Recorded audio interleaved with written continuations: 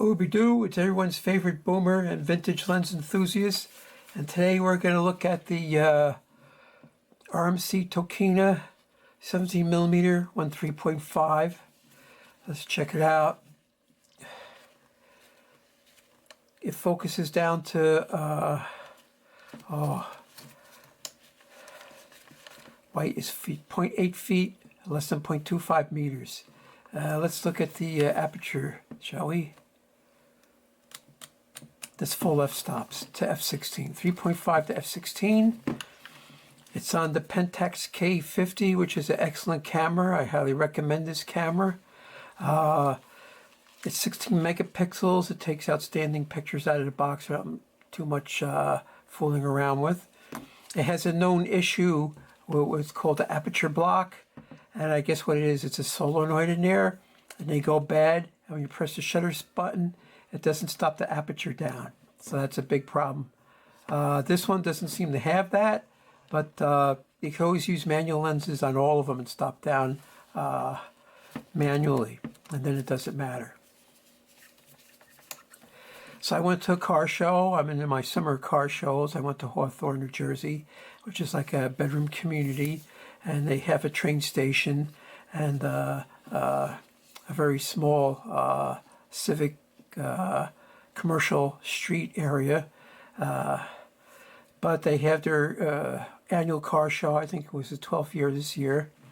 So I went there on a Sunday, and they block off the street along the railroad tracks, and it fills up with these cars. So it's pretty cool to go look and see. I see a lot of the same old cars. I also see different cars I haven't seen before. That's always nice to see a car you haven't seen before. But this lens is a fantastic lens. It suffers from some flare. I mean, if you have the sun at the right angle, it just bounces around there, and you get a line of sun balls, or whatever you want to call them. But other than that, it takes great pictures. They're sharp. It's a telephoto lens. I took some pictures. I stopped on the f11, so I had a real deep depth of field. And I take a picture, and if I go into a corner or somewhere in the center, and you can see all sorts of fine detail still remaining. So it's really worth it. I can't say enough about this. Oh, and this is another thing. Suppose you want to get one of the big boy lenses, like Nikon or Canon or even Pentax. Well, you get paid megabucks for these vintage lenses. A ratty copy of the 17mm f4 in the old style FD mount with the silver ring, it'll cost you over $300. And if you want to get a good one, a really good one, it's going to cost you north of $400. Whereas you could get these in excellent, like new condition for $200. And I would recommend you get one of these instead of one of the ones from the big boys. I mean, that's just the way it rolls. This is a nice lens. It's all metal construction. Has the rubber ring for the focusing. It's all engraved. Lens made in Japan. So there you have it. It's supposed to be multi-coated, so that's great. But like I said, you got to realize you're going to get sun balls and flare, so you got to use that creativity when it happens. But just be aware of that. Otherwise, it's a great lens.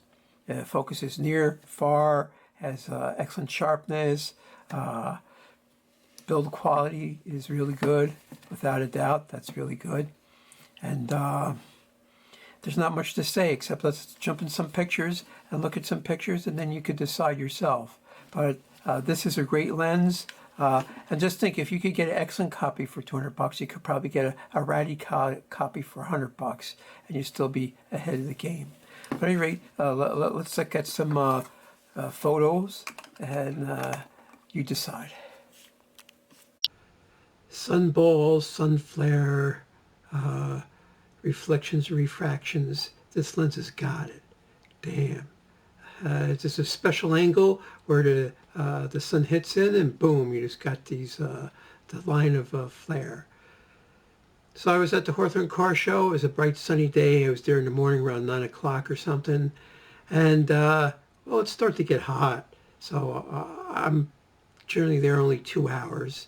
I mean, I walk up and down the strip like 3 or 4 times, checking out cars and stuff. Now, I was shooting into the shade with this, and it did such a great job shooting into the shade, just as long as the sun isn't at that critical angle. So in that respect, it's a good lens. It's just that it has this critical angle. But then, you know, the 17mm f4 Canon FD had a critical angle too, where it created a cascading sunballs, I call them. Now, this is a telephoto shot of some upper left-hand corner, and look how great that came out. That's fantastic. And here's a wide-angle shot of a red coupe, and it did a really good job. I really like this lens. Here's the upper right-hand corner, and you can see the fine detail in the cars across the street. So it's just an excellent lens. I mean, it takes really good pictures when it's paired up with a camera like the Pentax D50. Man, it's smoking. It's smoking. You know, I'm thinking of becoming a Pentax guy, really, because I don't know. They have saturated colors, but the reds don't get all funkadelic. They really improved, every step of the way they improved their imaging. The reliability, I don't know. You know, do I have some Pentax cameras? Yes. I have some Nikon, I got some Sony, I got some Canon, and they all have their different strengths and weaknesses. Now, I noticed this thing was overexposing slightly.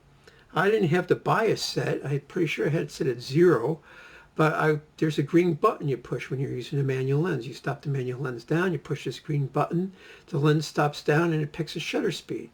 It seemed to be picking slow shutter speeds for some reason, or maybe I had the spot on, and it's picking some shadow, and that was why it looks like it's overexposing.